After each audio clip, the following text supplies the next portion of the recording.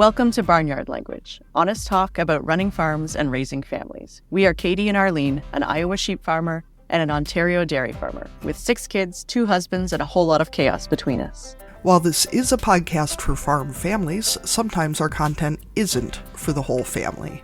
So kick off your boots, reheat your coffee, and join us for some Barnyard Language.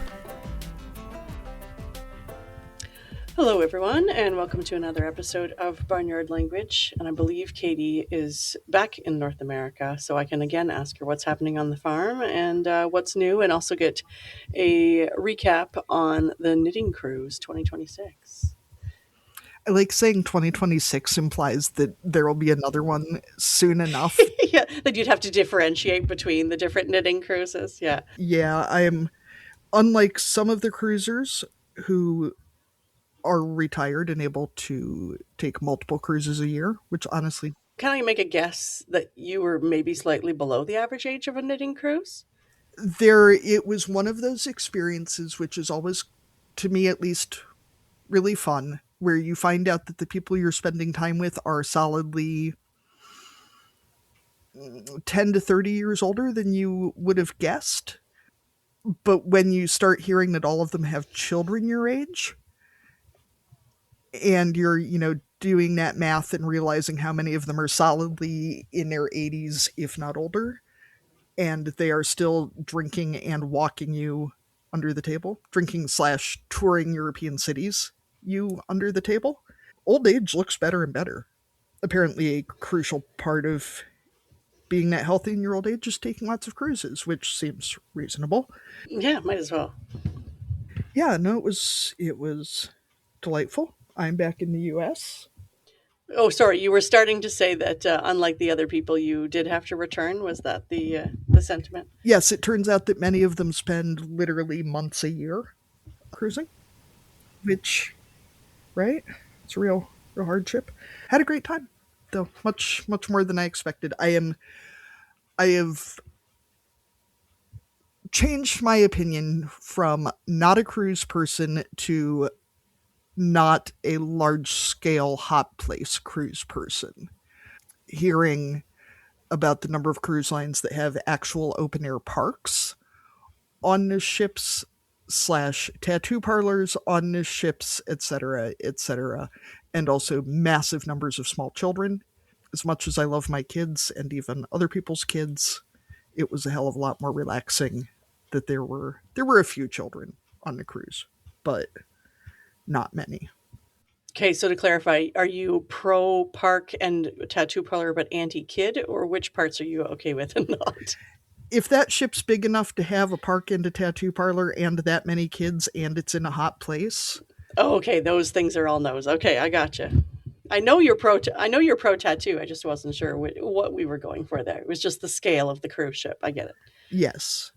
I'm even pro tattoo shop on a cruise ship. Like, I'm not anti tattoo shop or park. Just that if your cruise ship is big enough that both of those are reasonable things to anticipate, and half the people on that ship are small children and it's in a hot place, I'm going to say that is still solidly a no-go. But I am... But knitting with 80-year-olds, you're in. Yeah, absolutely. You gotta know your audience, Arlene. Yes. We had a bartender who made a hell of a mean old-fashioned. I feel like normally an old-fashioned involves something besides booze and ice and sugar. I feel like normally I put soda water. No, I think that's it. Just a cherry. Yeah, it does count as a fruit salad because there's fruit in it, which makes it a serving of fruit and makes it healthy. I didn't get sick with anything, so I'm going to say that it is a health promotant. Certainly that much whiskey will kill most germs, I would think. And I had a great time. Saw a lot of Europe. Found out I'm very allergic to something that was blooming in Sweden. So I guess I'll just have to see Stockholm another time because I was in bed the whole day. Oh, no. So you didn't get sick, but your eyes were swelled up. Well, it's swelled up. Yeah, I wasn't sure if it was sickness or allergies, and I didn't want to be that person who goes out in public and hacks on everyone else, unlike many of the people that we encountered, because humans are disgusting. But every place we went was lovely. The people we met were lovely. The food was good. I got a manicure, so that was kind of something wild and new. I've literally never gotten a manicure before. Bought a lot of yarn, ate a lot of food, drank a lot of whiskey. It was all in all quite a success of a vacation as far as I'm concerned. Came home. My kids seemed fairly happy to see me. Now, I'm going to say the thing out loud. You were on a cruise during planting and the final weeks of school where you live. I've still got a month left, but I know your kids are done. So, how's the marriage? In my defense, I really thought they had another week of school after I got back, and it was a bit of a shock to find out 2 days before I arrived home that indeed they would be home with me immediately, all day, every day. Marriage is fine, I think. I think if the kids had been out of school and it was planting, there would have been more problems. We do have hay down. It rained all day yesterday, and unfortunately, Jim woke up to the boy child yelling, "Yay, it's raining on the hay, yay!" He wasn't as excited. No, the boy child, I think, has not really grasped that rain on hay when hay is standing is good and very appreciated because we've had a very dry spring, but that comes to a hard stop of appreciation once that hay is cut. And at that point, we do not cheer for rain until the hay is baled, and then we can start cheering about rain again. Yeah, bailed and inside. Yeah.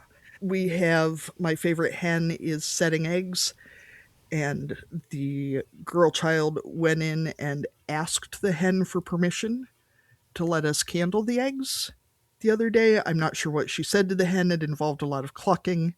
Apparently, there was some miscommunication between what my daughter told me had occurred and what the hen thought had occurred, since I got pecked really pretty hard for my trouble after I was told that the hen had indeed given us permission to pull out some eggs. Oh, well, maybe they weren't speaking the same language after all. No, maybe there was a dialect issue. I'm not sure. Or she gave your daughter permission, not you. Yeah, maybe that was it. Maybe if she tried, it would go better. Other than that, trying to catch up on gardening and, outdoor chores, and now it's summer vacation. Yay. A lot of kid time. No, we're very lucky to have some great babysitters who are helping out. And also one of our nieces is visiting for a few weeks while her mom and sister are in Europe, actually. They left, I think, the day after I got back. So, very exciting. Other than that, not a whole hell of a lot. Just the same old. Yeah, just, European tour. No big deal. Yeah. Finland, whatever. How are things at your place, Arlene?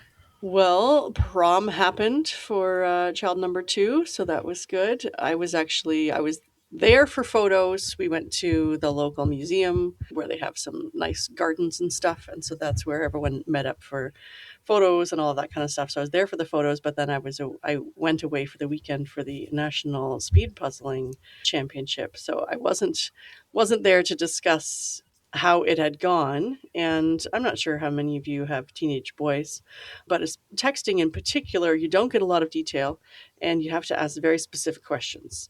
So I had, reached out a couple of times over the weekend when I was away to ask how things had gone, if he'd had fun, if there were any photos. So if he had fun, I got a yes. Did he take any photos? No.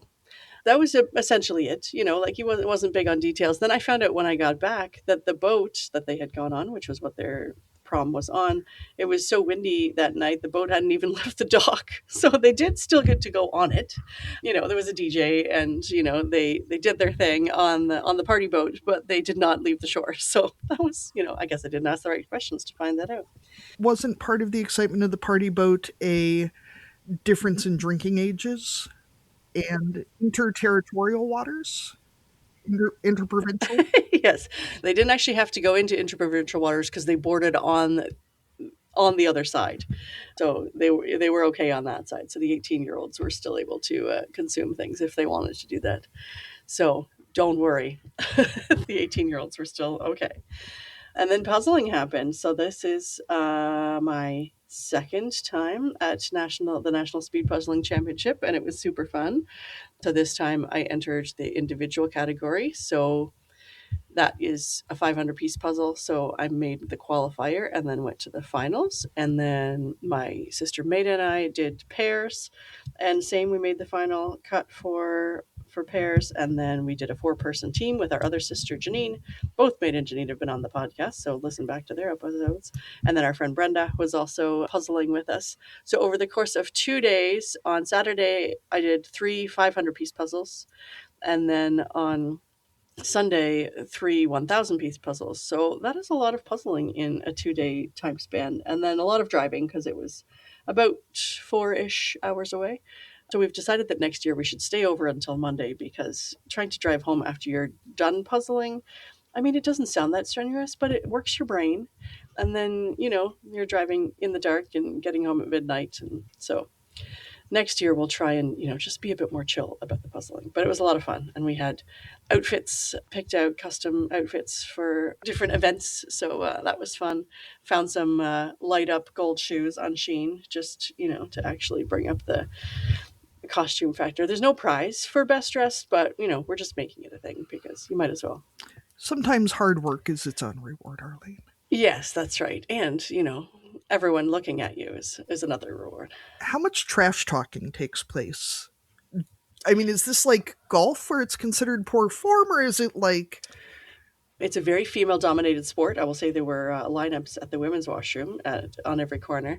And I would say it's generally very supportive. I didn't see anyone trash talking. This time they moved it. Last few years it's been in a community center.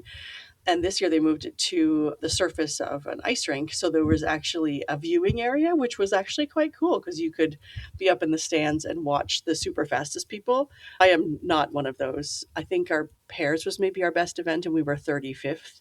But some of these people are completing a 500-piece puzzle in like about half an hour. And their hands are just like, I don't even know how your hands and your brain work that quickly. So it's pretty fun to watch the people who are like super good. We're in the like moderate puzzling. I'd impress your friends, but I'm not going to be winning any competition. So Arlene, that's something I didn't mention about our trip, is how Canadian heavy European cruising is. A lot of, like, possibly, I don't know, half of Canada was on our ship. Well, I mean, I don't think so. Look up the population, Katie. Well, maybe half of them were at the Puzzle Champions. So, like, a quarter of them were on the ship, yeah. Also, though, interestingly, I don't think I told you this, the very first people we met in the wild in Amsterdam, so not the airport, not the hotel, just out in the wild, were from Iowa. And from, like, less than 2 hours from where I live. Just randos who we got chatting with. Perhaps more explicable by the fact that Midwesterners will talk to anyone, and happily. But yes, I talked to a lot of Canadians. It made me think of you. Lots of booting. Oh, well, thanks. I hope they were all very nice. All very Canadian. That's what I'm going to say Yes. about it. Very polite. Okay, gotcha. All right, well, why don't we go ahead and introduce our guests for this week and see what they have to tell us. All right. Podcasts are free to listen to, but they aren't free to create. Katie and I would appreciate your support as we work to build the Barnyard Language community. Patreon is an easy way for you to make a contribution that goes directly to making the show. As a member of our Patreon community, you get to watch the video version of our weekly updates, complete with questionable hairstyles and clutter. With 3 levels of support, you can choose a tier that works for you. Keep the podcast going by becoming a patron today at patreon.com/barnyardlanguage. Today, we are excited to be talking to Will Westmoreland, who's joining us from Missouri. And Will, we use the same question for the intro to all of our podcasts because it feels like a good way for you to introduce yourself to our listeners. So I'm going to ask you, what are you growing? This year, I think we're going to focus just on Chinese chestnuts. I'll give you guys an example. I've got 8 events just in the month of April. So I've been on the road averaging 2 days a week, every week in the month of April, but it reaches a crescendo over the next few months. So I think we're going to expand the Chinese chestnut crop. And then the other thing that I've been working really hard on getting into, we've been working on this for a few months, is we're trying to get into gluten-free flour production with Chinese chestnuts. I'm getting ready to work with a friend of mine in Kansas, and we're going to try to produce a method where we can put Missouri and Kansas Chinese chestnuts in one end of a processing system and have it come out the other end as gluten-free flour that we can sell around the country. So it'll be interesting to see how all of that turns out. Typically, we've done some elderberries, and then, of course, we've got a family garden. But along with my son, we've done some pre-planting of things like elderberries and perennials and things like that we sell. But I think this year, because of all the work, we're just going to focus completely on getting more Chinese chestnuts in the ground. So, can you tell me a little bit more about your agroforestry business and what those Chinese chestnuts are eventually, hopefully gluten-free flour, but trees and those things are kind of the thing where you plant them now and that's, years in the future. So, what does the business of agroforestry look like, or the work of that? So my history, I grew up on a cattle farm. So we had an interesting kind of cattle farm.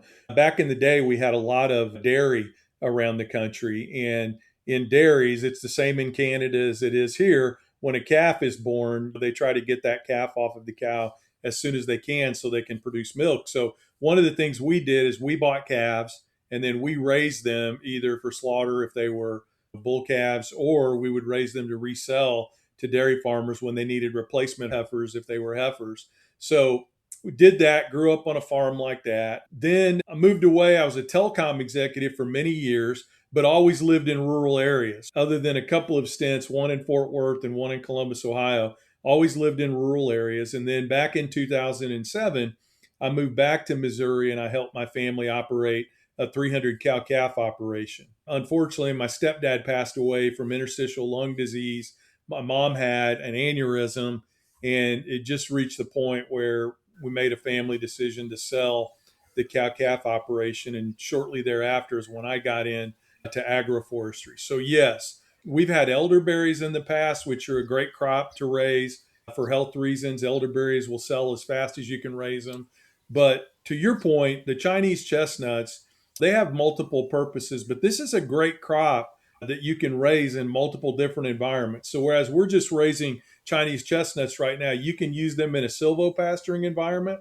So we're trying to encourage farmers to plant Chinese chestnuts in their pastures so that they can produce a secondary crop while they're grazing cattle.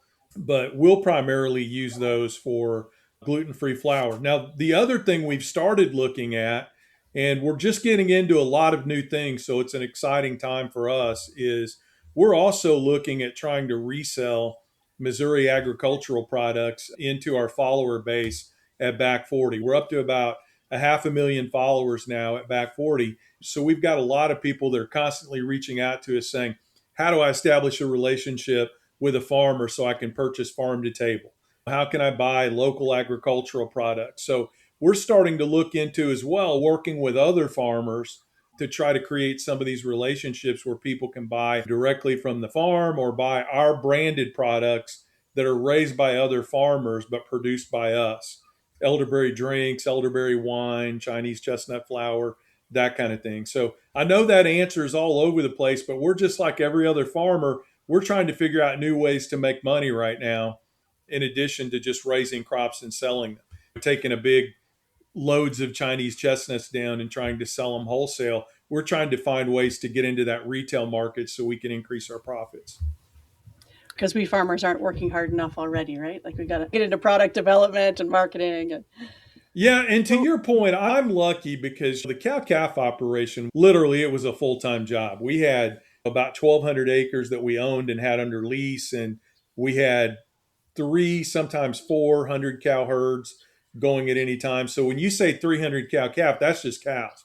That doesn't include the bulls that we had out there. It doesn't include all the calves we had at any given time. That was a full-time job, especially in the winter when you're trying to keep everything alive. To your point, you plant Chinese chestnuts, you've got to make sure that you keep the pests out of them so they don't get eaten when they're young. You've got to keep them watered.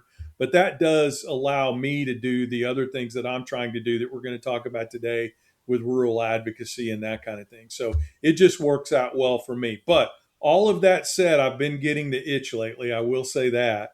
And I think if we can get a little bit of drop in land prices, which seems to be happening, down here. We may take a look at getting back into possibly some livestock production and that kind of thing. Once it's in your blood, it just never goes away. But we'll see. I've got to get that approved with the kids now. We're at that stage in our relationship where they're the boss and I follow orders. Can you give us the 15-second breakdown of what the life cycle of a Chinese chestnut looks like? And that's the other reason why we do Chinese chestnuts and elderberries is you don't have to wait as long as you do with walnut trees and things like that. So it'll start producing fruit after about 3 to 5 years. And then you get into really heavy production after about 8 to 10 years. And I'll be gone before the trees I'm planting now are gone. I have to say, as someone whose grandfather-in-law thought that black walnuts were just the bee's knees, people appreciate you not planting walnut trees everywhere. Presumably you would not be leaving nuts on the ground like we end up with, but a large number of the scraped knees around our house come from tripping over walnuts. Yeah, no, if we planted black walnuts, we would be trying to figure out a way probably to husk those ourselves and turn them into a retail. That's a lot of work. Now, as a kid, I won't lie, I got my start. Just Papa gave me a calf and let me raise, and I got a little bit of a start there, but mainly picking up walnuts and that kind of thing. That's how I funded my first savings account and that kind of thing. But yeah, walnut trees, if I made a decision right now to get into black walnuts and that kind of thing, that would be a crop I'd be planting for my grandkids versus me.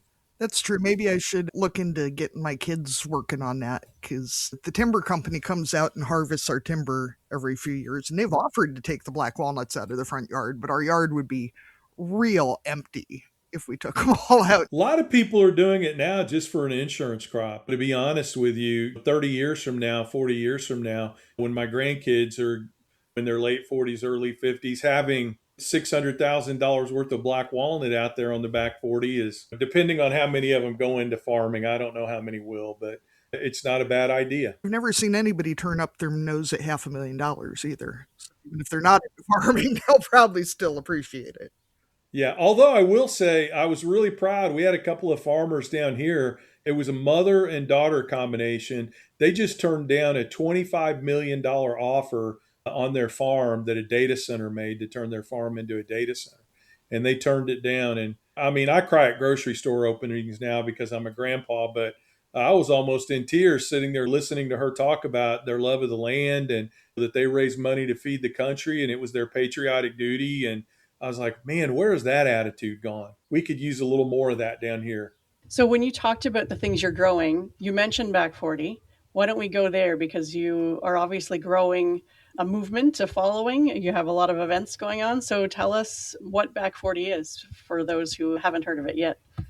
I always try to tell people that even though I'm a small farmer, the back 40 is much more than just farming. I'm not a row crop farmer. I don't raise beef cattle anymore. And you all know what it's like. If you don't do those two things, in a lot of people's minds in rural America, you're not even a farmer. Or if you're not doing it full time, you're not a farmer, which I don't buy into that argument. I think we've got to do a much better job of getting young people involved in small to medium sized farming over time. But what got it started, honestly, is just the fact that I've grown up in rural America. I've lived in rural America the majority of my life, and it's dying in the United States. That way of life is going away. The communities are caving in on themselves. Here in the United States, we've basically got two rural Americas. We've got a rural America that exists within about 50 miles of our larger cities, where people can go into work every day in a big town or a big city and have a decent job with healthcare coverage and that kind of thing, and then go home at night to their rural community. And then outside of that, we have just a lot of out migration, which is a fancy word for saying that all of our young people are moving out of rural America. And with those young people goes our tax base. It goes a lot of our new ideas in regard to small businesses that get open, most of the purchasing power.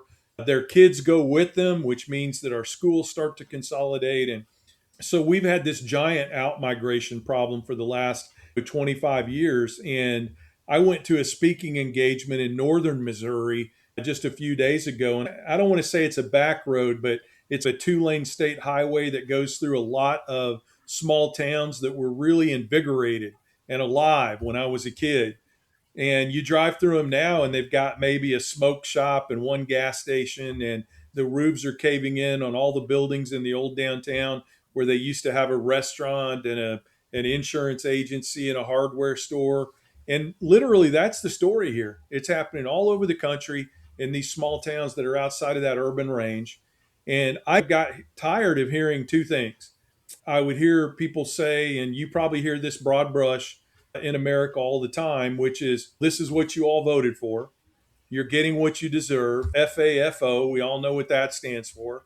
And I'm just sitting here thinking, you know what? There are a lot of us out here that have been fighting for a long time for better rural policy and to save rural America and have voted the right way, not against our best interest. And I just got tired of being painted with that broad brush. And I thought somebody's got to stand up and express a voice for all of these people that have been trying to do the right thing in rural America. And then the other thing I would hear is, this would be the third thing, saving rural America, getting tired of the broad brush. And then the third thing was, I would hear a lot of, well, if we could just increase 3% of the vote Democratic in the United States and rural America, we could win national elections. And there are a lot of us sitting out here going, well, I'd like a school board that doesn't ban books. And I'd like a county clerk that believes in free and fair elections. And I would like a local representative in my local state Senate and House that are voting for rural America. Yeah, it's great if we win national elections, but what does that actually do for us here locally if we don't win local elections? So I did what any confident old white farmer would do. I just handed my phone to my son and said, make me a TikTok account. I've got some things I want to say. And that's how the back 40 started. And honestly, I think it took off because you guys typically know I wear my red St. Louis Cardinals hat. And I think people would come across me on social media and they'd see this small farmer with a red hat on and they expect one message to come across. And when they got a completely different message, I think it just rewired their brain a little bit and our following grew. And now we're trying to turn it into something special in rural advocacy. I think as someone who very much agrees with you, and my head's about to come off if I nod any harder, that broad brush, especially that you got what you voted for. I have not yet encountered someone who changed their mind because someone said, you deserve this. And they were like, you know what? I do deserve this. I absolutely agree with you, and I will change the way I vote next time. And I find the reaction from, we live in a real conservative area outside of a surprisingly liberal small college town. The reaction I get from liberal town folks when they find out that I don't agree with them about stuff like, you deserve this, this is what you voted for. You can hear this record scratch. It was bad enough when I told them I listen to NASCAR on Sundays and I mow the lawn, I drink beer, and I listen to NASCAR. That is my Sunday. And that was mind-blowing enough. But the reaction I'm seeing from folks, especially on social media, that the interplay between the visuals of folks with the red hats are like, I follow a younger guy on social media who's always under a muscle car working, spouting some of the most progressive, feminist, liberal thought that you would never expect to come out of someone who looks like him and sounds like him. And it's so great to see because a bunch of hippies preaching to the folks who live around me aren't going to get anywhere. People will listen to people who look like them, whether they believe like them or not. And I think if you're genuine, like I don't hide the fact that I'm a Democrat, and I don't ask the people in rural America that I speak in front of that are conservative to hide the fact that they're a Republican. I'm going to talk to you whether you're a Democrat or Republican or whether you're totally against the whole political process completely, because we've reached a point in rural America where if we don't work together to solve these issues, they're not going to be solved. One of the other things I do is I'm a political consultant, but not the kind where you have to take a shower after you talk to me. We do message delivery. So we use text messaging, live calls, voicemail drops, door-to-door canvassing to deliver messaging for rural Democratic candidates and nonprofits all across the country. And I will tell you that this idea that rural America is 77% pro-Trump, it comes from a very flawed polling data, and it's really not even polling data. We've got 3,400 counties, all of which have a rural component in them in the United States of America. What they did is they went to the top 444 rural dependent or agricultural dependent counties.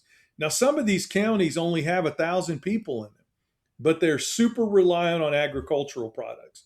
So they went to those 444 counties and they looked at the vote just in those 44 counties. And that's where they came up with this 70% plus number. And I'm constantly challenging people because every time I make a video on social media talking about an urgent issue in rural America, people that agree with me are constantly coming in and saying, this is what you voted for, this is what you deserve. And I'm constantly making this argument that, okay, let me ask you this. What would happen if you went and pulled all the places in America where wealthy white women who make over $1 million a year live? They voted close to 68% for Trump. Okay. And then what if you took that data to make the argument that all white women in the United States of America are getting what they deserve? They're losing their reproductive rights, et cetera, because this small segment of the overall white female population voted for Donald Trump. We wouldn't do that with any other group, but it's safe to do it with rural America. If you look at the actual data, it's probably somewhere around the high 50s, low 60s, which is still high, but it puts it more in line with white men and high school educated Americans. And I'll just say this secondly, in my home county where I grew up, where I graduated from high school, if it went 80 to 20 for Trump. If you took every single person over the age of 18 that's not registered to vote and you registered them as a Democrat and every one of them voted as a Democrat, Trump would still win my home county. So I just tell people all the time that believe the way we do, there is no scenario in rural America where we win it back again without changing minds. And it took them 30 years to do that. While many in our Democratic Party here quit visiting rural America, took it for granted that rural Americans were Democrats, and with talk radio and right-wing media and politicians that just kept running and losing and running and losing until they finally ran and won, they converted it. And it may take us that long to convert it back. And I just tell people, I'm in it for the long haul. Are you? Will, the more I see, now that I've got kids, my kids are 8 and 9, the number of women I know, farm wives, and by that I do not mean women who are married to farmers, women who participate in their farm business are equal partners. So help me, I think I've met one woman in my life who referred to herself as a farm wife and actually meant she does not touch stuff outside the house, which is cool.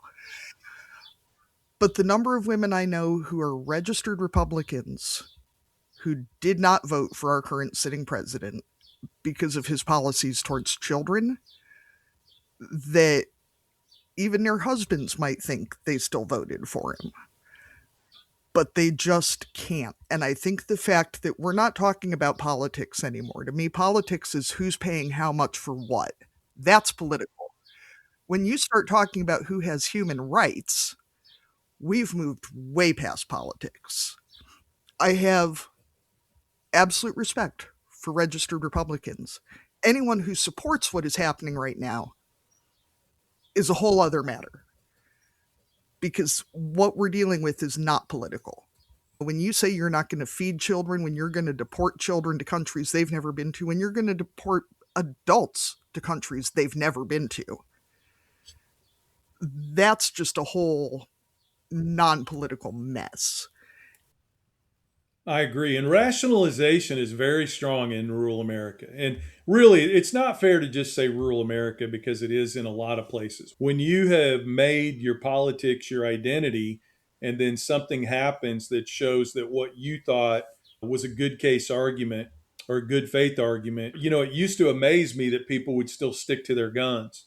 But rationalization is a strong. Will Rogers, he's a humorist here during the Great Depression and shortly after, from Oklahoma. And somebody asked him one time, a reporter did in Tulsa, Oklahoma, Will, how do people out in the country, how do rural people learn? And he said, some learn by reading. Then there are the fortunate ones that can learn by observation, meaning they watch other people either screw up or do well, and they learn from that. He said, but the vast majority of them have to pee on the electric fence for themselves. It's funny, but at the same time, there's something to be said for my people are having to feel the pain before they come around to understand that everybody's hurting out there. And now we're starting to see it. Donald Trump has lost 6 to 9% of his Republican support in rural America. He's gone from 51% independent support in rural America down into the low 20s. We're starting to see, even in rural races out here, anywhere from a 12 to 21% swing. And sometimes that's enough for a Democrat to win, sometimes it's not. But I think that we're definitely starting to see a trend where people are changing their minds out here, even the people that supported him. I'll give you guys a perfect example. I went up to Minnesota right after Renee Good was killed. And I'm not a spring chicken anymore. And I had a bad hip at the time, and I've had it replaced since then. But I stayed back. I was there. I could see everything happening, but I always stayed about 20 yards back. I saw some of the most heinous things that I've ever seen in my life while I was up there. I saw American citizens get beat on the streets of that city with no warning, no reason or rhyme given as to why it was happening. They abducted a kid, beat him up in their vehicles, and dumped him out in a parking lot with no coat. He was crying so hard that he had snot running down his face onto his shirt. And that's going to be that kid's understanding of what America is until he gets enough therapy to understand that's not America. But while I was driving up there, or right before when she had been killed, one of my good friends who I know voted for Donald Trump all 3 times called me, and it was like that was a bridge too far. And when another one called me when he had Zelensky in the Oval Office and the vice president belittled him, and Marjorie Taylor Greene's drunk boyfriend belittled him. Another one called me and said, that's a bridge too far. So it's happening. It's not happening as fast as we want it to. Minds are not changing as quickly as we'd like to see minds change because it's so obvious to us, right? But it is happening. And I just ask people to cling to that. It won't happen on the scale we want it, but if we can keep that positive change going, 10 years from now, 5 years from now, 20 years from now, things look a lot different in rural America than they look right now. Well, and I think the big question that's not getting asked too is what people are so afraid of that this seems better than whatever the thing there is afraid of. The town my kids go to school in is more than 60% immigrant. The immigration situation is beyond hot button up here. I cannot believe that the people I know and love looked at the reality of what this immigration enforcement would look like for the kids in my children's classes and thought, this is great. This is a realistic, okay thing to do. So I can only assume that they're motivated by something they're more afraid of than they're afraid of what this is going to do to our community. I can't imagine what it must be like to be so afraid of something that this seems okay. I think that these are such complicated issues, but then in the end, they're also not complicated because how we treat our fellow human being. I was raised in rural America to believe is that's how we're judged, not only religiously, but also as a country, how we treat the lowliest among us. But I will tell you that here's the interesting break or dichotomy that I've seen. And that is they were truly convinced that there are a wave of criminals that are coming in over the border that are doing horrible things in this country. And when I go out and I talk to people in rural America, I try to make the point, nobody's against sending those people back.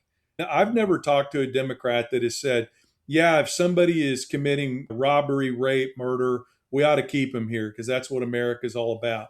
I've never been anybody that said that. Of course, deport people that are breaking the law and are serious criminals.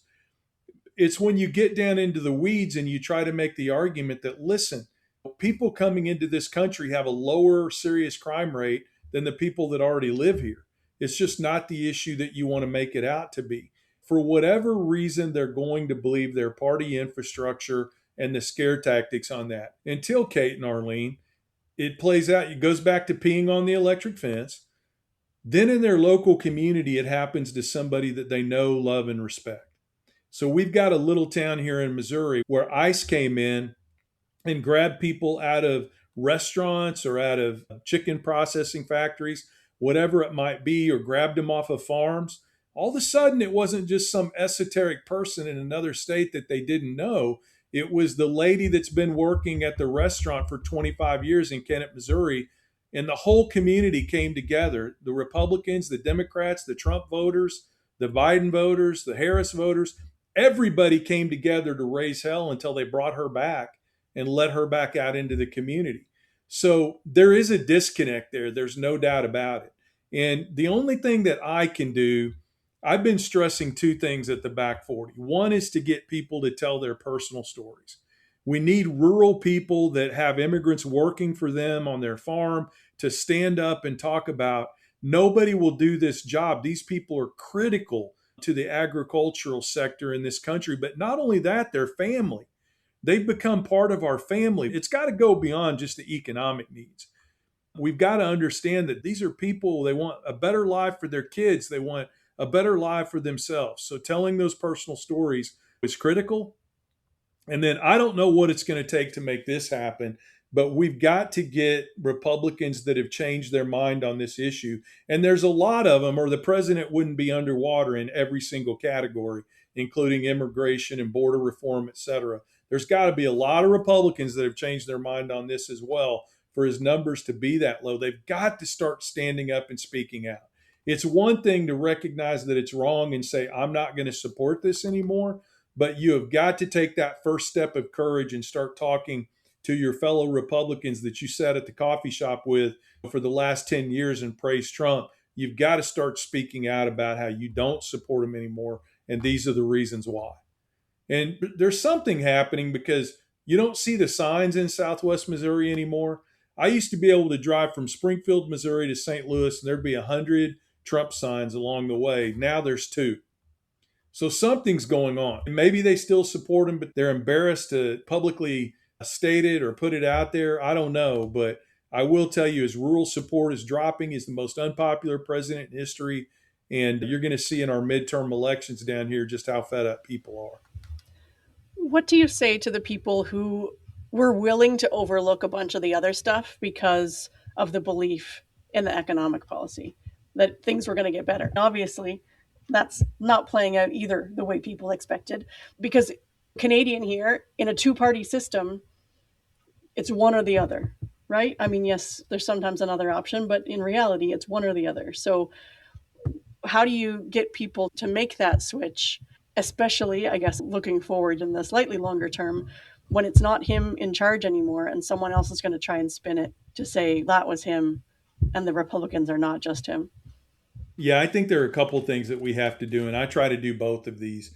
I was speaking in front of a very conservative group one time, and the very first question that came up, and it's often the case, is what about boys playing girls' sports?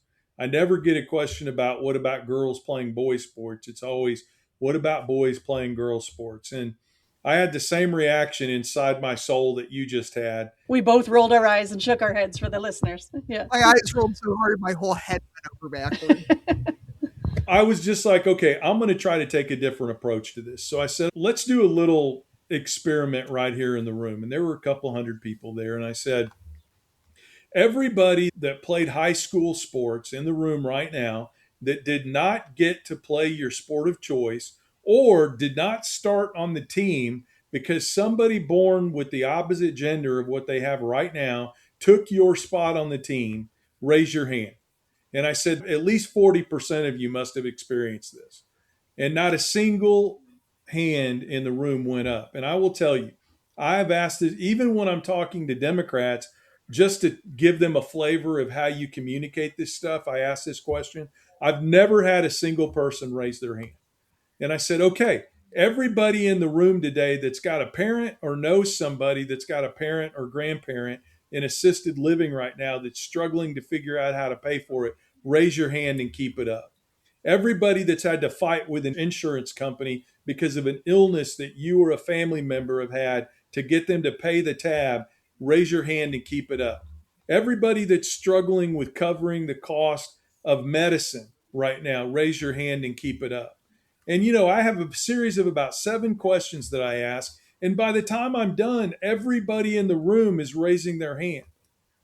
And I'm like, now, can you understand why when we act as a people in rural America and we worry about the thing that nobody raised their hand for, while we ignored the thing that everybody raised their hand for, how that's going to be detrimental to keeping rural America thriving? So that's just one thing that I do from a rhetorical perspective. The other thing I do is we try to educate long term. We do videos and we'll try to have these little educational seminars where we talk to people. I'm a religious studies major. Okay. I went to college for religious studies. And I know for a fact that the Southern Baptist Convention, up until the 1980s, allowed for abortion if the mother's life was at risk or if there was a risk the child could be born with some horrible deformity or may not live, etc. It was a very specific group of people like Jerry Falwell and Pat Robertson, etc., these big televangelists of the day, that converted a lot of these Protestant organizations into their political stance on abortion, even though they did not hold that. And they did not hold that stance because biblically it's not supported. Now, those are more esoteric, philosophical, educational arguments that you have to make that tend to stick over time. But I think we can't shy away from those conversations. We have a lot of bad theology in this country that drives theological thought.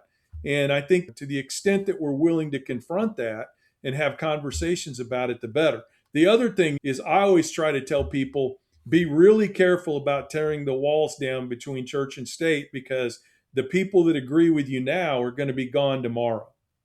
And how would you feel if you instituted prayer in your local public school and the first person to pray in that classroom was a Muslim teacher? You'd have a totally different outlook. I've got no problem with it. I just have a problem with a teacher leading students in prayer, even though I'm a Christian. So I think those are a couple of the different approaches that we've got to take. But I still think the main one is rural America's disappeared. Okay. We don't have 50 years. We don't have 30 years. We probably don't even have 10 years. And if you want to save it, we've got to act together now. And that's policy driven and not driven by fundamentalist religious beliefs or culture wars or anything else. It's changing policy. I think I can see why Arlene said something about how many hours this interview is going to be.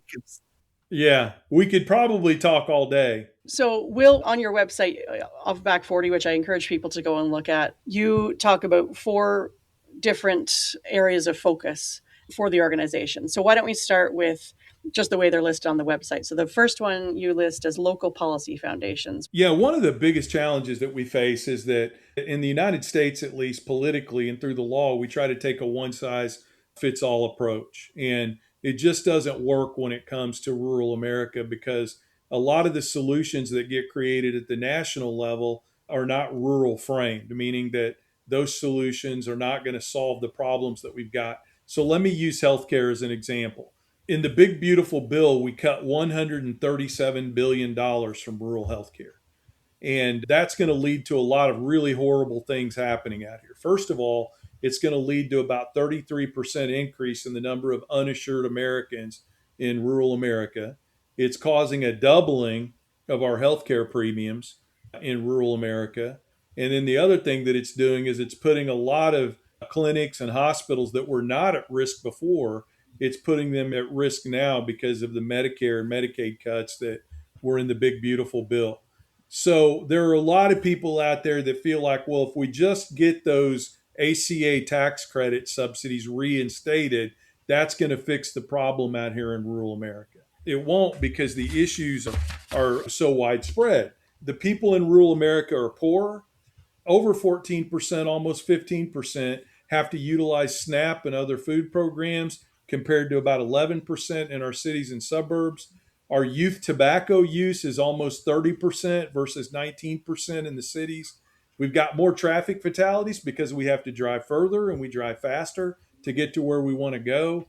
Our injury-related deaths are 22% higher, which that just shocks a lot of people whenever they hear that. But between farm accidents and these traffic fatalities that I just told you about, and this is a really sad number, our rural youth are twice as likely to commit suicide as kids in the cities and in the suburbs. And then you layer on top of this just absolute inadequacies in overall healthcare. So To give you an example, in our urban areas in the United States, there are about 53.3 doctors for every 100,000 people. That drops all the way down to 39 in rural areas. And dentistry is even the same way. You've got about 30 dentists for every 100,000 people in urban and suburban areas. That drops down to 22 in rural America. So we've got this whole other structure that we need to put in place in order to solve the problem on top of the ACA tax credits. So we need critical access hospitals, and we've got to have policy built around how do we keep staffing in place? How do we make sure that we've got ambulance services to every rural person in the United States? How do we keep rural health clinics open just for day-to-day maintenance of health? And I feel from a policy perspective, and I know a lot of organizations out there like the National Rural Health Organization, we've got to start treating rural America like an infrastructure investment. There's not going to be any profitability in the beginning. It's so broken right now that our schools, our healthcare, our investments in local economies, it's got to be treated like an infrastructure investment. So that's what I mean when I talk about that locality gets in the way of us solving problems in rural America, because we've got a unique set of problems and they have to be solved with a unique set of solutions. I'm shocked as I go around the country at how many rural people don't understand the connection between the bad policy and the bad things that are happening out there. When I tell them that the big beautiful bill cut $137 billion specifically from rural healthcare, I have people that argue that point with me. When I tell them that we've got over 1,000 hospitals that are in danger of closing, and that we've had over 200 hospitals that have closed over the last 10 years, I'll have people that argue with me. So this is an education issue as well. Some people, even though they're living right in the heart of it, don't realize how bad it is. So that's where it starts. And local solutions and infrastructure solutions are the key. So one of the other areas of focus, you already touched on it, is that healthcare piece, but health access awareness is one of your other areas of focus. Is that talking about those stories and connecting those dots for people? That issue is because of this policy. I think it comes down to two different things. This is a horrible analogy to use, but you've heard the old analogy about cooking a frog. You put them in cold water and you turn the heat on and they just stay in the pan until it gets so hot that they're not alive anymore. You can live in something for so long, and if that's all you've ever known from the time you were born until the time that you die, you may not understand the shortcomings or the gaps in treatment, et cetera, that you're getting in rural America between what you can get in our urban and suburban area. But let me give you an example. You've probably heard this story before if you listen to my videos, but when I was 12 years old, I got this arm caught in the power takeoff on a tractor. Really bad farm accident. It almost tore my arm off, and they were able to save it only because a limb reattachment doctor had moved here from Iceland 3 years before my farm accident occurred, and he was able to save my arm. That was 46 years ago. I'm aging myself a little bit, but that was 46 years ago. I laid out on the ground for 2 hours waiting on an ambulance to show up. Flash forward to just about a month ago. There was a little girl in Allen County, Kansas, and this is a very common accident on farms when kids are involved. She was accidentally hit or run over by one of their farm trucks. They had to put her in the farm truck and drive for miles and miles to meet an ambulance. They transferred her to the ambulance. They had to drive for miles and miles to reach a helicopter. They transferred her to the helicopter to take her to Children's Hospital in Kansas City, Missouri, which is about 3 hours from me. She passed away. Distance in rural America is a killer. But my bigger point is those accidents were 46 years apart. And the same things that I had to struggle and deal with as a 12-year-old kid laying out there on the ground praying to God that the ambulance would get there are the exact same challenges that little girl had to deal with as her parents prayed, get the traffic out of the way, keep the tractors off the road so that we can get to this ambulance and get our daughter to Kansas City Children's Hospital. There's something just tragically wrong about that.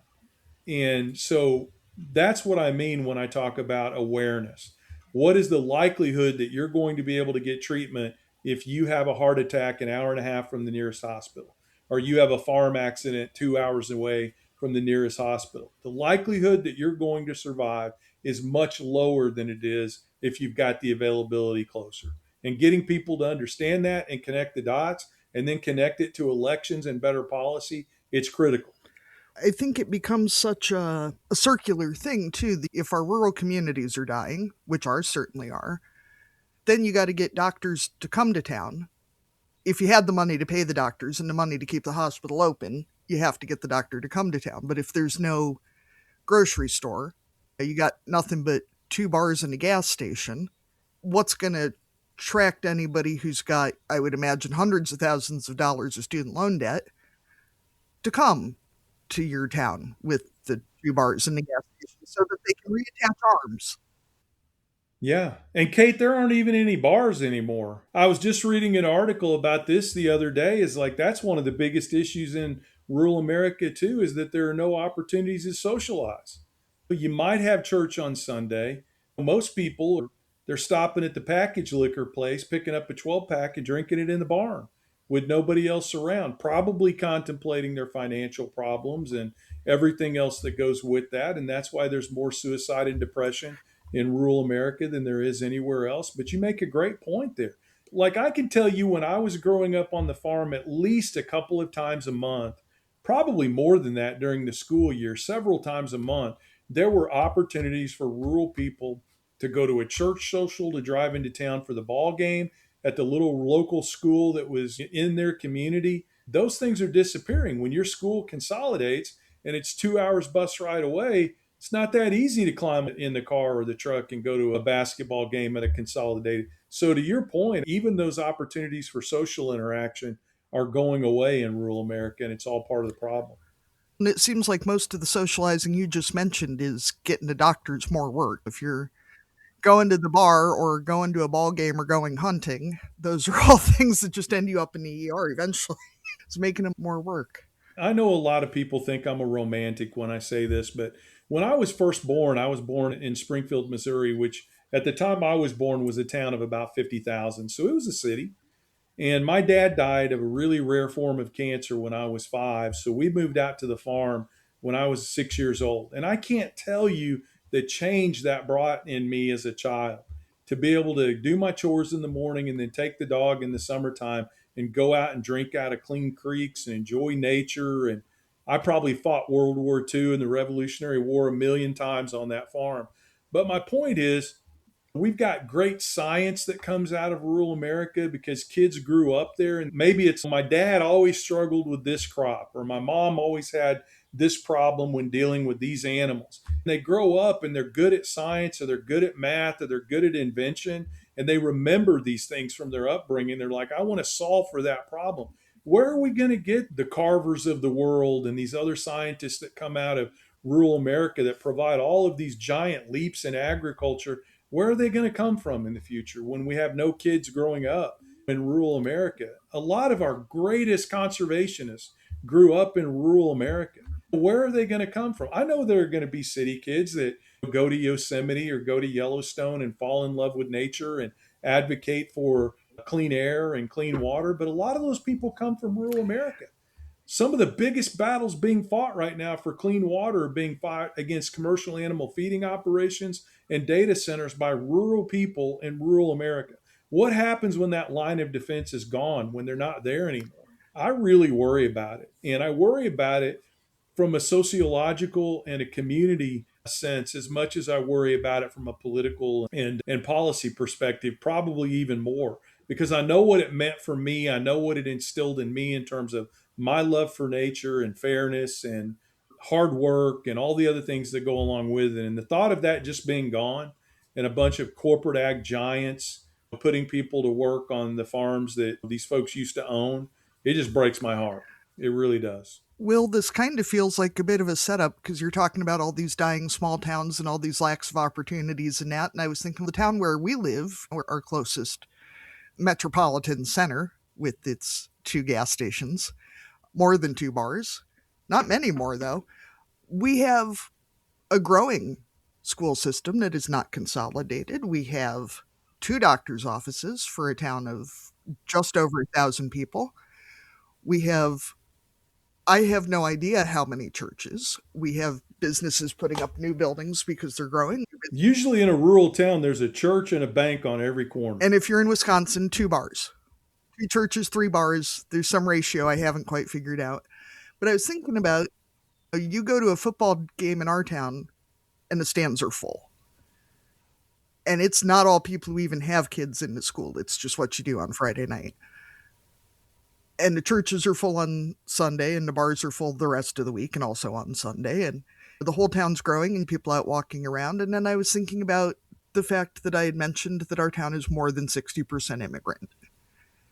And that they are what is keeping our town alive. That was going to be what I built into my answer. Yeah. There is an answer for our small towns. It's just not the answer a lot of people want to hear, but then once they experience it and they live through it and they see the benefits of it, they tend to like it. So my third great grandfather stood outside of Springfield, Missouri on his farm, and he watched all these Texas cattlemen driving their cattle up to Sedalia to the railhead.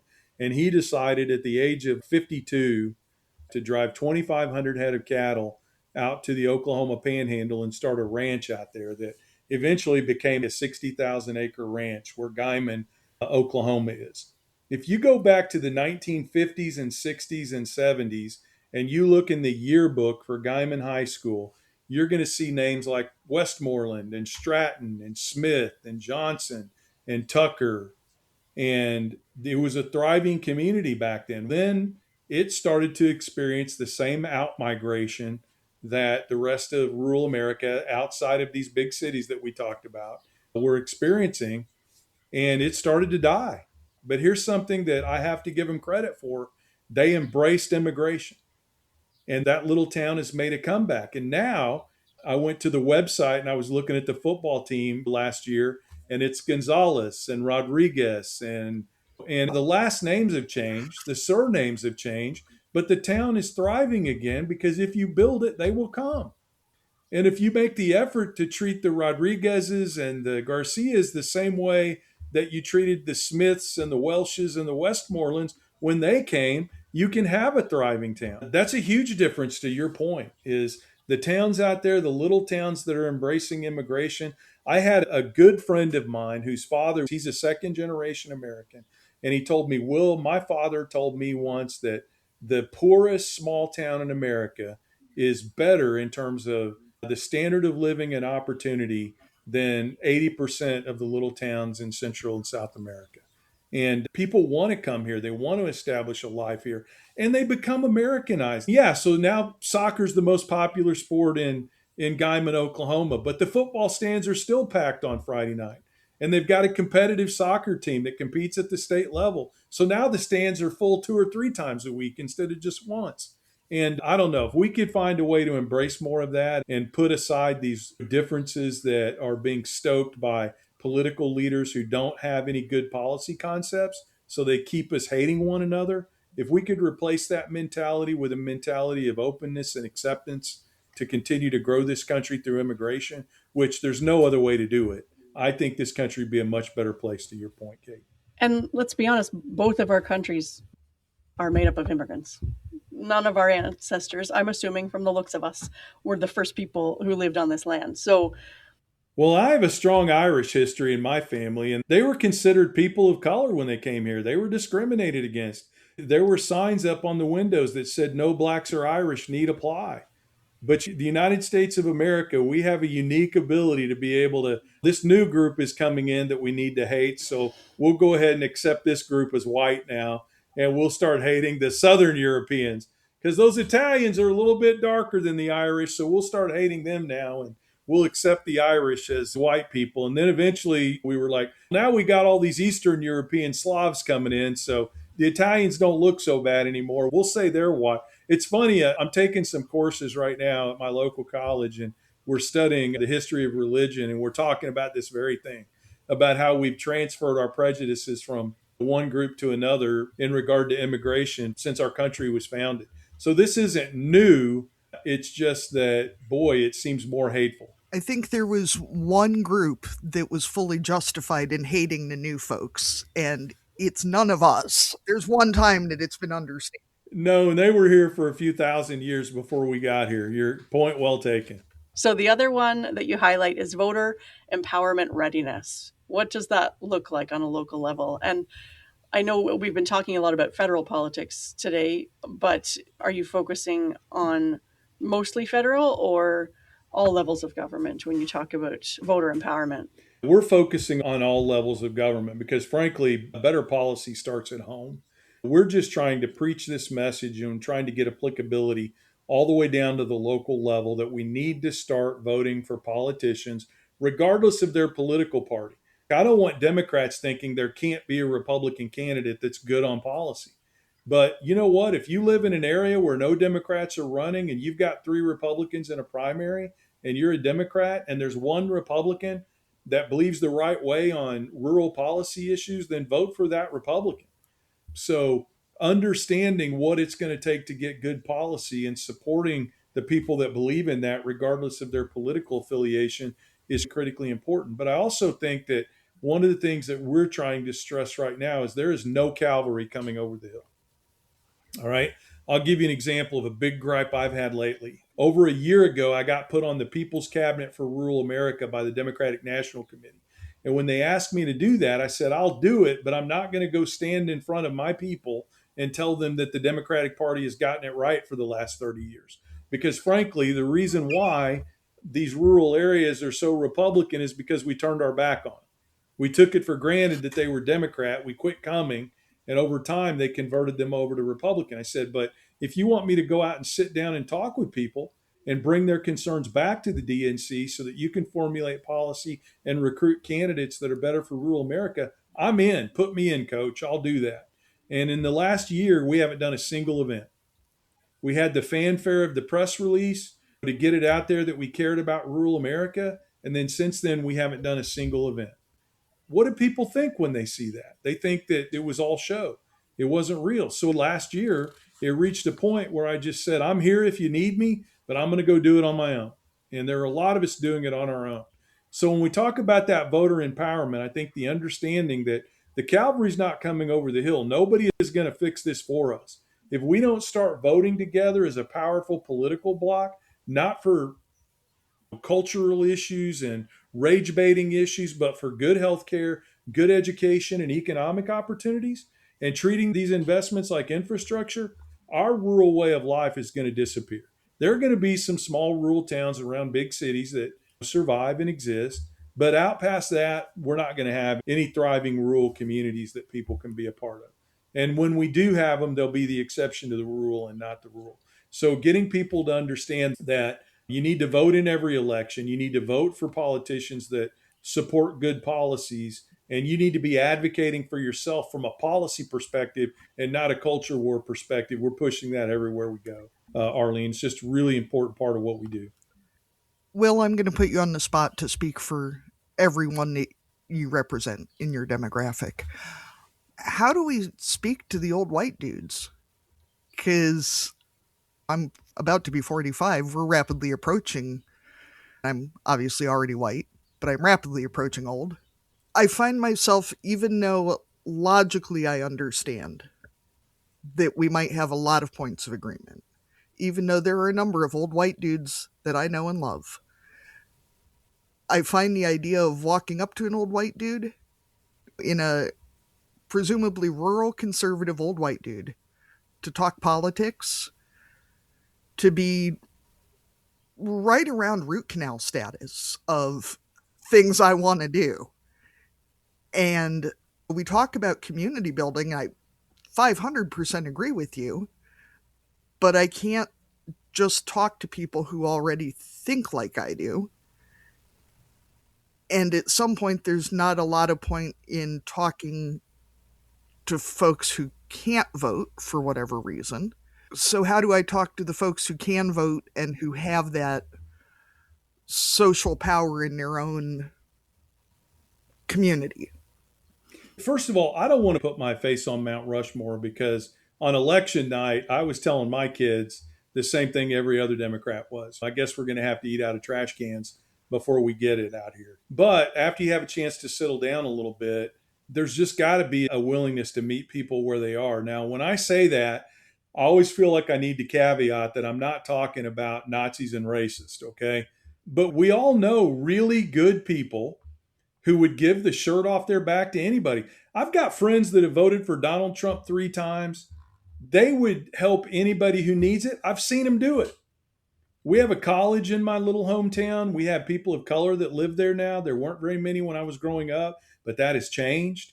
And I have seen them help anybody in the community that needs it. So to paint with this broad brush that everybody's a racist in rural America or whatever, there's something else driving that in many cases. Is it racism? Sometimes, sure it is.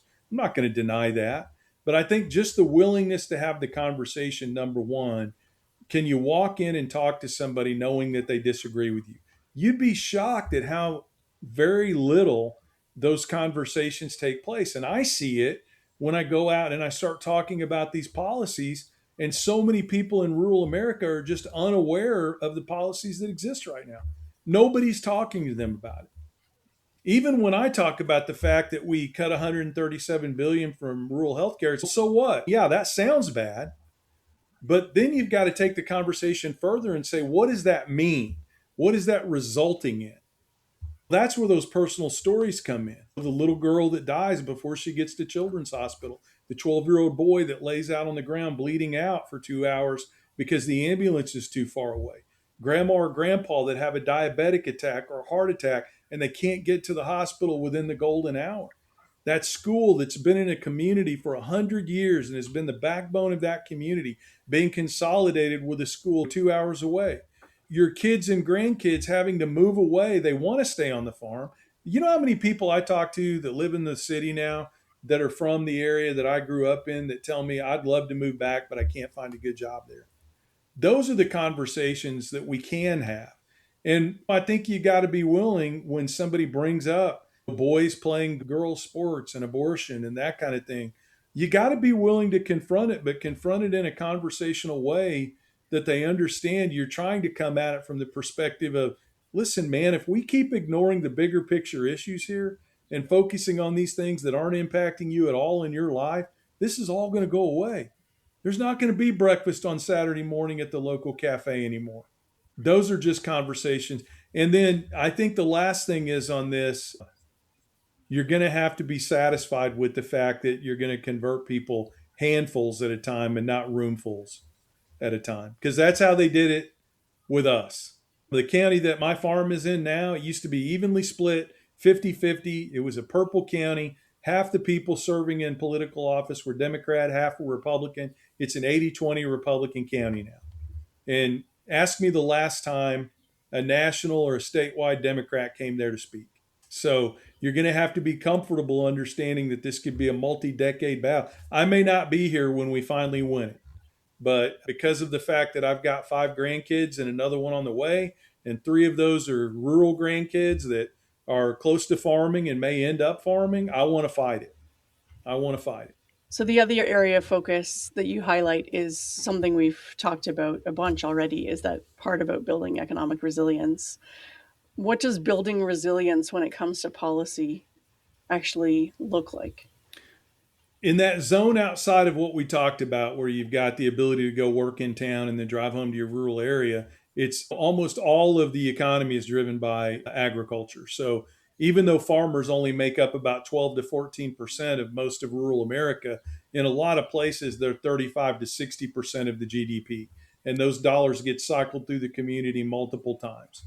So there are 2 things we've got to do. As quickly as we can, we've got to fix agricultural policy. Because right now, 40% of our foreign markets have gone away. We've got farmers that are either not going to plant because they haven't sold last year's crop, their debt is too high, and they can't afford fertilizer, or they're going to plant and they're going to reduce the amount of fertilizer that they use and not have the yields that they need. And what that tells me is that they're just farming for subsidies. They're farming for crop insurance. And anytime you reach a point in agriculture where you're not farming to sell your product, but you're farming to make money off your losses, you're in a tailspin then. You're in a critical downward spiral. So we've got to fix agricultural policy because it's such a huge driver of rural economics. But the second thing we've got to do, and it's equally as important, we've got to create other economic flows out here in rural America. I own a tech company, and I will tell you that one of the biggest challenges I had when I first tried to open it in my little hometown was I couldn't get the internet I needed. And I've talked to people. There's a guy in Rolla, Missouri, that built a manufacturing facility over there. The biggest challenge he had in the beginning, he grew up there. He wanted to provide jobs there. Couldn't get the internet infrastructure that he needed. There's no reason why we can't do the things in rural America that we're doing in urban and suburban America. But listen, we're going to have to treat it like infrastructure at this point. If we expect profitability right out of the gate in a part of the country that's completely broken from an infrastructure perspective, we're not going to get the return on our investments that we expect. But look, we built the entire interstate highway system in this country knowing that it was going to put us into a deficit, and look at what it's done now. But I guarantee you, the vast majority of interstate commerce in this country is done over that system now. If we didn't have it, we wouldn't know what to do. We've got to do the same thing in rural America. We can invest in finally getting high-speed internet out here, fixing our farm to market roads that exist out here, and then starting to offer some guaranteed loans through the Small Business Administration, et cetera, at a grander level to companies that are starting to start up out here. Then that's how we're going to save rural economics. But all of that is going to be dependent upon us fixing healthcare and education, because young people are not going to move back and bring their kids back here if they're putting them at risk from a health perspective, from an education perspective, and from an opportunity perspective. The sad thing is you can't fix one or two things here or there to save rural America. You got to fix the whole thing. And the only way that's going to happen is with massive government investment. Well, I'll tell you, I spent 7 years now working remotely from our farm. And when you work for Microsoft and you have to tell your boss that your internet cuts out when it rains too hard, that doesn't go over super well. No, and when I'm at the farm, I have to cancel my lives all the time, even on a sunny day, because the speed won't allow the video to go through. We're lucky that our rural internet and phone cooperative got funding from the government to put in fiber. And now I've got better internet speeds than the people I was working with in San Francisco do. And to look at even just the financials of it, a tech company from the West Coast can pay me a hell of a lot less than they pay somebody in San Francisco. And it's still one of the best paying jobs in our county. And then imagine if they didn't. Imagine if they were paying you the same, what that would mean. But your point is well taken. But it's hard for them to do that if they know that they're going to be hiring a whole segment of customer service representatives or programmers or whatever it might be that maybe can't work 5% of the time because of internet access. That is a big hit. So when we know that the farming population is less than 2%, and obviously rural populations are less than urban populations, how do we make sure that the policies that affect us the most actually get through to the people who are in power, and that change happens when we don't have the numbers? Because so much of this is about votes, but it's also about justifying those costs for less people or for a population that looks insignificant. The very first thing we've got to do is we've got to start electing candidates to become our representatives in state government, local government, and federal government that are fighting for policies that are good for rural America. I'll give you a perfect example. The truth of the matter is one of our senators is Eric Schmidt, okay? Let me tell you about what's happening in Missouri right now. Our economics is shrinking. We spend less on education than almost any other state. We have a lot of challenges with the quality of education in our state. We used to be one of the best in the country. We have a lot of consolidation. We have a lot of schools closing. Our bankruptcy rate among our farmers is increasing drastically. We have many challenges in our state that are causing not only our quality of life to drop, but in our tourism areas like Southwest Missouri, we've still got some people moving in to come work in the tourism industry. But for the most part, Missouri is not a state that people are flocking to, okay? And then our healthcare is horrific here. We're one of the states at the high end of the spectrum in terms of unavailability for healthcare options in the state. We've got hospitals that have closed in the state and many that are in danger of closing. And our senator is spending all of his time on social media talking about some vast conspiracy theory related to something called Arctic frost or something like this, where he's conjecturing that the federal government through the Southern Christian Leadership Conference, spent hundreds of millions of dollars to put Republicans in jail. So that's the person that we're electing to solve for all of these legitimate problems that I just mentioned a little while ago. If we really want to fix these problems, we've got to elect serious politicians. The other thing we've got to do is we've got to do a better job of educating our brothers and sisters in urban and suburban America about what's happening out here and how they can help us by voting for politicians, even in urban and suburban areas that understand what's going on out here, to vote for the right policies. We've talked a little bit about school consolidation, and obviously we're a parenting podcast as well as an agriculture podcast. So education is clearly a priority for us and for a lot of our listeners. When we're the ones raising the next generation in the rural places that you're talking about, what are the ways that parents can become involved in the process and push for change and push for good policy when it comes to rural education? I think getting involved in your local school district is critical. So let me give you an example. I graduated from a school district called Baller High School. It is an excellent school district in Missouri. They invested a lot in me as a kid. Okay. I got a full ride to college in debate. I was one of those weird kids that played football and debated on the speech and debate team. They paid for me to go all over the country to do debate. It ended up getting me a full ride to college.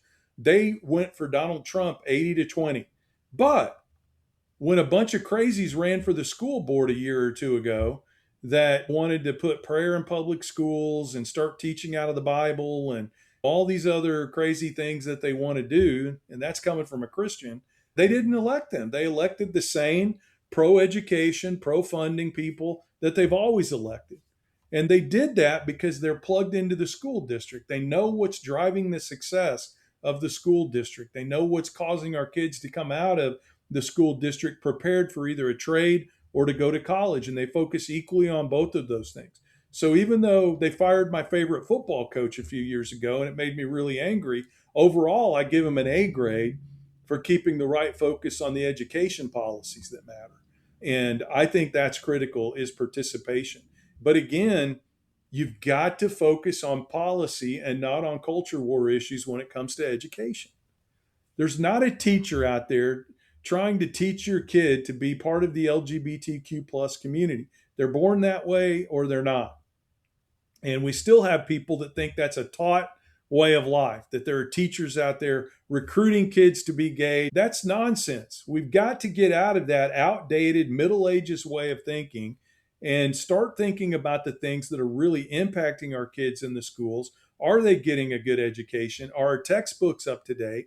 Are we funding things like speech and theater and music and some of the creative arts that allow kids that may not be able to dunk a basketball or score a touchdown to still be able to go to college and get scholarships and things like that in the areas that they love? And that would be my recommendation, is just, if you want to change it, you've got to be a part of it.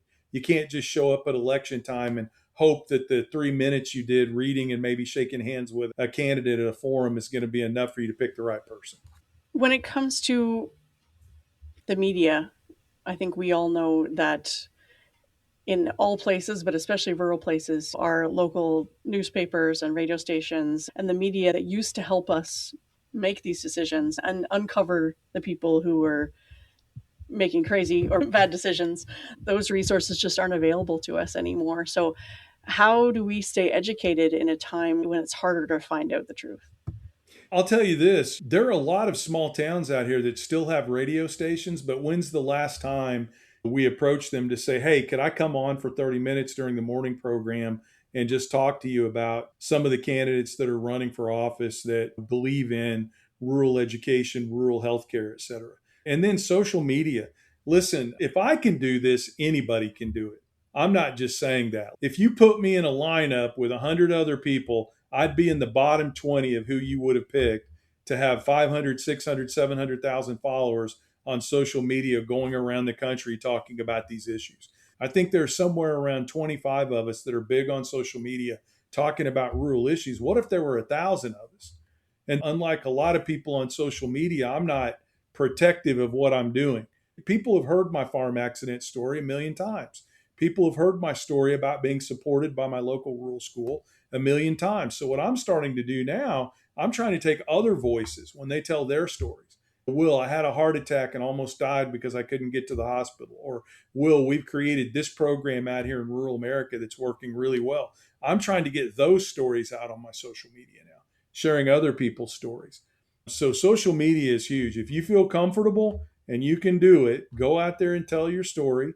And if you do tell your story, something related to healthcare, education, or farming, at me. And for those of you that don't know what at me means, which I didn't before I started this, just put at Westmoreland Pops and I'll see it and I'll share your video. But taking advantage of social media where you've got a real gap in other types of media, it's critical because everybody's on it. I know a lot of 50, 60, and 70-year-olds that spend an hour and a half on TikTok every night. Will, we usually end up asking a bunch of parenting related questions to our guests, and our conversation so far has been incredible. And I don't want to go too far into the parenting end of things, but I did want to ask, how does being a father and a grandfather influence the work that you're doing? Oh, I can tell you that it's one of my primary motivations for doing this. I've got 5 grandkids. I've got another one on the way in June, a grandson. We're going to have an even number of grandsons and granddaughters, but I'll be damned if I'm going to go to my grave with my granddaughters being second-class citizens in this country. It is not going to happen. When they plant me firmly in the graveyard and I'm graveyard dead, I'm going to do everything I can between now and then to make sure that we've not only won back the gains that we had won for them, but that we have gone even further than we had in the past, because that's something that frightens me the most. This handmaiden's tale approach to government and policy that we've got in our country right now, it scares me to death in relation to my granddaughters. And I was a single dad. I became a single dad when my youngest was only 18 months old and my oldest was 9 years old. And I didn't know any better than to raise my daughter just like I raised my boys. And she's a go-getter. She is a high-level executive at a worldwide company. And I would like to think that a part of that is the fact that I didn't treat her differently. And I just don't understand. Not only do you have our kids, not only do you keep the households running, but you're incredible business people. And I've made the comment many times, even in politics, that women are going to save us if we're just smart enough to elect enough of them to do it.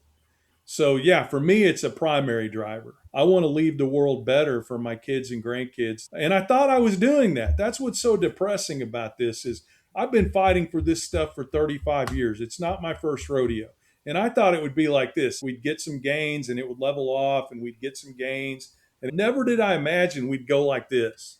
And we'd be right back at the damn home plate holding the bat, starting all over again. I never imagined that. And it's depressing. It makes me angry sometimes. But what can you do besides get up and dust off and start fighting again? Thank you for what you're doing for them and for lots of other people. I really have to believe that it's making a difference, and I hope that you believe that too. I appreciate that. I got to tell you, I heard you ask a question on here about what would you win at a county fair? Is that true? Yeah, we were just going to ask that. Yeah, if you were going to dominate a category at the county fair, what would it be? And you can make it up to make sure you win. All right. I am laying down the marker right now to everybody in Canada and the United States. I make the best sausage gravy and biscuits of anybody in the country. I'm laying it down right now. I'm sending my kid to your house because my little boy came home the other night and God save us, I keep a can of refrigerated biscuit dough in my fridge. My grandmothers are turning over in their graves. Just hearing that I feel dirty. You got to do what you got to do. They're probably jealous that they didn't have refrigerated biscuit dough in the day. Yeah. They would have used it if they had it. You can rest assured. I made my baby. He wanted biscuits and gravy for dinner, and we had turkey and gravy from the local locker in the freezer. So I heated that up and I baked the biscuits. And he has not forgiven me yet because he meant sausage gravy, and I gave him turkey in gravy. And the fact that my 8-year-old has an opinion on this, I'm sending him to your house, or else you can send us a recipe. I've already identified 3 or 4 things you did wrong in that we can have a sidebar conversation. But yeah, my kids still to this day, when they come home to visit, like my daughter, we'll have it for dinner one night. I'll make up a big mess of sausage gravy and biscuits, and that'll be dinner for us one night while they're all here. So that would be my county fair victory prize, would be sausage gravy and biscuits. It is definitely a comfort food, but at the same time, I have just mastered the art of slow cooking a very heavy sage sausage and then very slowly warming that up into a gravy so that the sage and the sausage flavor is completely dispersed into the thickened milk once you get it made into the gravy. I've seen people eat my sausage gravy, just eat it right out of the pan without even putting it on a biscuit. It's so good. So there you go.